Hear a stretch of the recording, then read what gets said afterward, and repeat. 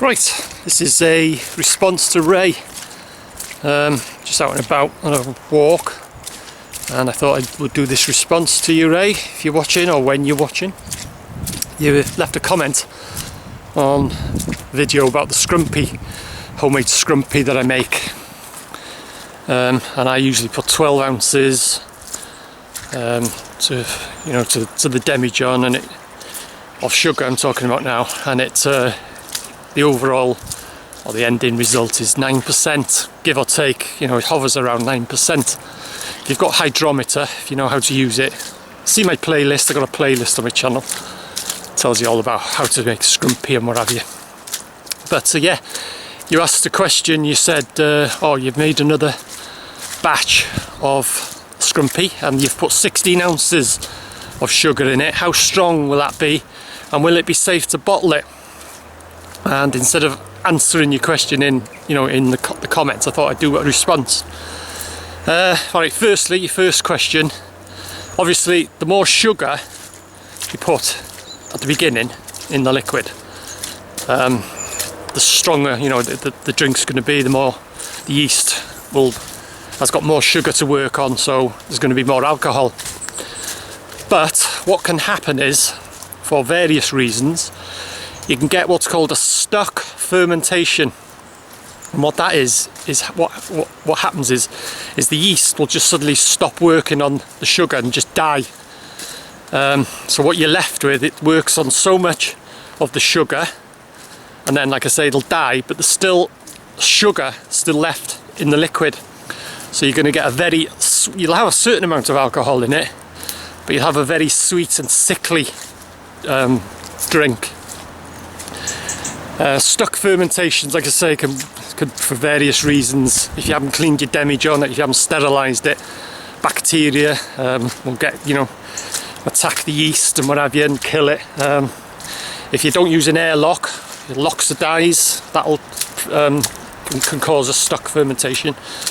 But if you want to really make a scrumpy that resembles furniture or paint stripper, shall I say, what you should do if you want to really make a strong drink is just put a bit of sugar in, say 12 ounces like I do, leave it for a few days, put the yeast in, obviously, leave it ferment for a few days, and then add sugar just bit by bit. Say every other day, just put a little bit more sugar in, a little bit more sugar, and then eventually, obviously, it will, there's only so much that the yeast can do. The yeast will just die off, and then you're not left with a very sweet and sickly drink. That's why these dessert wines, they call them, they're very strong, but they're very sweet and sickly. So like I say, if you've got too much sugar in the liquid at the beginning, you'll end up more than likely with a stuck fermentation. But like I say, I just put 12 ounces in and I got about 9%, and that's strong enough, obviously. But that's the answer to your first question. And the second question is, can I bottle it? Is it safe to bottle, I think you said. Well, it doesn't matter if you've got a weak scrumpy beer or wine or a strong scrumpy beer or wine. It's only safe to bottle when it's stopped fermenting. Preferably use a hydrometer, but just check the airlock. Once it's the bubbles and you'll see the sediment at the bottom, no fizz, nothing like that, then and only then is it safe to bottle. Because if you bottle it too early, it'll carry on fermenting in the bottle. But obviously on the demijohn, that's why you have an airlock, to let the CO2 escape while it's fermenting, while the yeast is converting sugar into alcohol.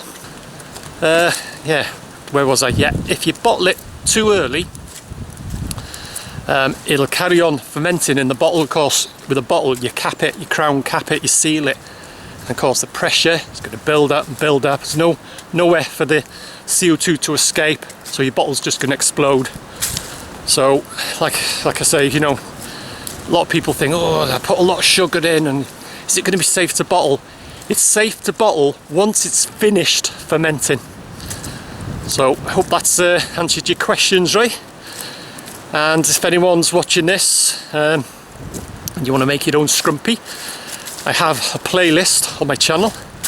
Covers all aspects of making your own scrumpy cider, rough scrumpy cider. Bloody lovely too.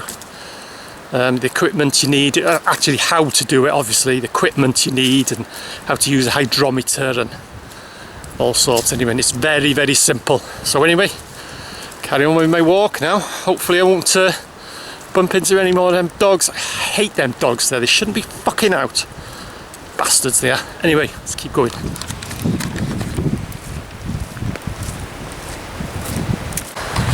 Oh yeah, before I go, I'd just like to add, there's bound to be one or two people thinking, well, if you know, the yeast has died off and you've got a stuck fermentation and you've got a lot of sugar still left in the liquid, why don't you just add more yeast? Just put more yeast into it and it'll carry on fermenting.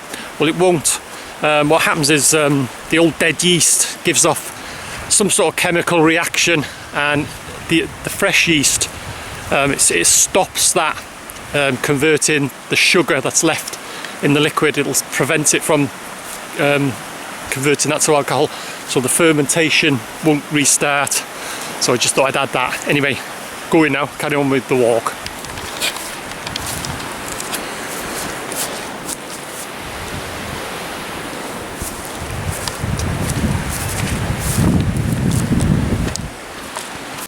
Yeah, it's me again, I'm still here. Just like to add again, there is an outside chance where you can restart a stuck fermentation, but the best thing to do is not to get, you know, is to do your best to prevent your fermentation getting stuck in the first place. Always sterilise your equipment, your demijohn, use an airlock so it doesn't oxidize. Use the correct yeast. You can actually use a wine or a beer yeast for scrumpy, but I actually use cider yeast, or you can use champagne yeast. Get a decent yeast anyway, and use a yeast nutrient. So that's it. I'm going now, I think. I think that's about it. So anyway, carry on with the walk.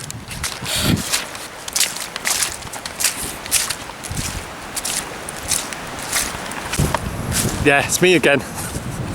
Another thing to do, like I said earlier, to prevent a stuck fermentation is don't put too much sugar in at the beginning.